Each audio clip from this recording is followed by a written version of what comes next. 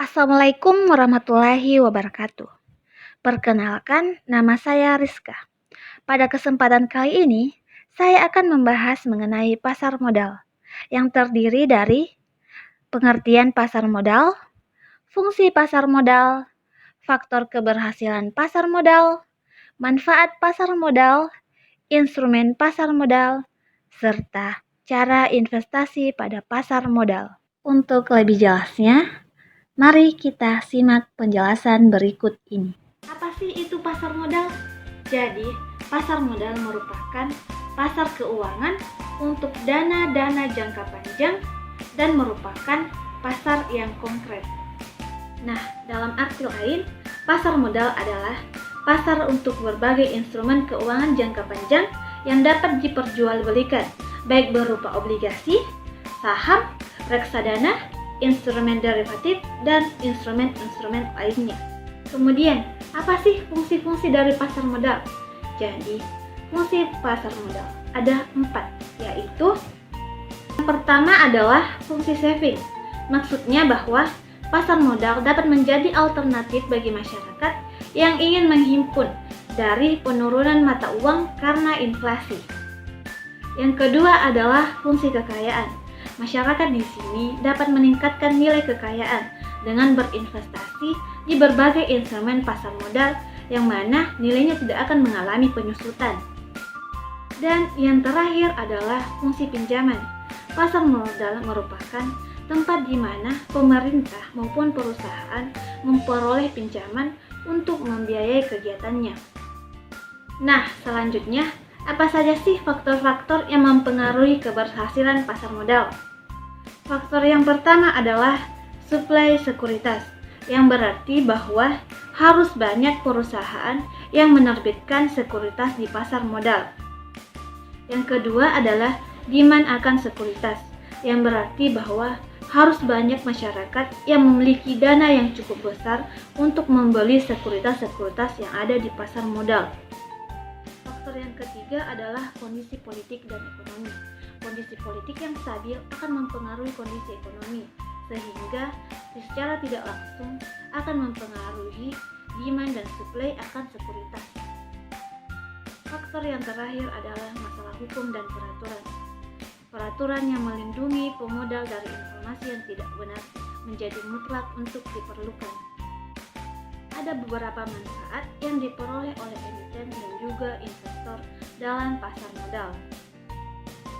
Bagi emiten, pasar modal memiliki beberapa manfaat, yaitu jumlah dana yang dapat dihimpun berjumlah besar. Dana tersebut dapat diterima sekaligus pada saat pasar perdana selesai. Solvabilitas perusahaan tinggi sehingga memperbaiki citra perusahaan. Dan ketergantungan emiten terhadap bank menjadi lebih kecil. Sementara bagi investor, pasar modal memiliki beberapa manfaat, yaitu peningkatan nilai investasi tercermin pada meningkatnya harga saham yang mengikuti peningkatan capital gain, memperoleh dividen bagi mereka yang memiliki saham, serta bunga yang mengembang bagi mereka yang memiliki obligasi. Dan investor dapat melakukan sekaligus investasi di berbagai instrumen investasi sehingga mengurangi risiko. Ada beberapa instrumen pasar modal, yaitu yang pertama adalah saham. Saham merupakan surat tanda bukti kepemilikan suatu perseroan terbatas sebagai suatu investasi yang mana akan memberikan hak atas dividen perusahaan tersebut. Yang kedua adalah obligasi. Obligasi merupakan salah satu instrumen pasar modal yang berpendapatan tetap yang diterbitkan berhubungan dengan perjanjian utang.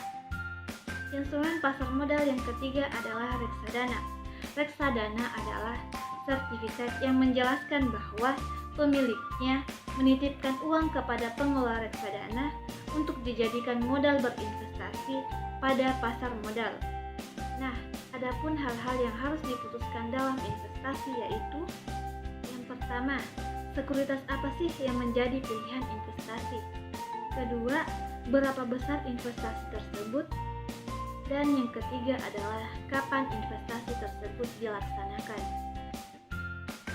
Pertama, menentukan kebijakan investasi. Investor harus menentukan tujuan dari investasi tersebut serta berapa dana yang digunakan dalam berinvestasi.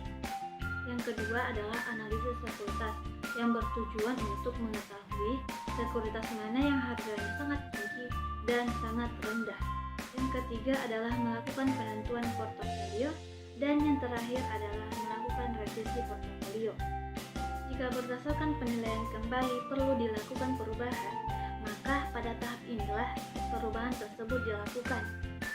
Sebagai investor, jangan lupa dengan semboyan telitilah sebelum membeli, sehingga kita dapat meminimalisir resiko-resiko yang ada dalam pasar modal. Nah, demikianlah penjelasan saya mengenai pasar modal. Semoga materi ini bisa bermanfaat untuk kita semua. Terima kasih. Wassalamualaikum warahmatullahi wabarakatuh.